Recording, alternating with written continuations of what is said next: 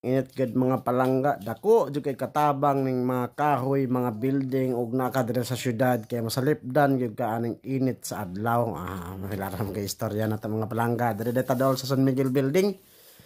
Likod ra punta sa may Shangri-La dira sa may Idsa mga palangga no, pahuway-huway ta kauban pud atong ubang mga rider diha pud nga mipahulay pud taon tungod sa kainit sa panahon.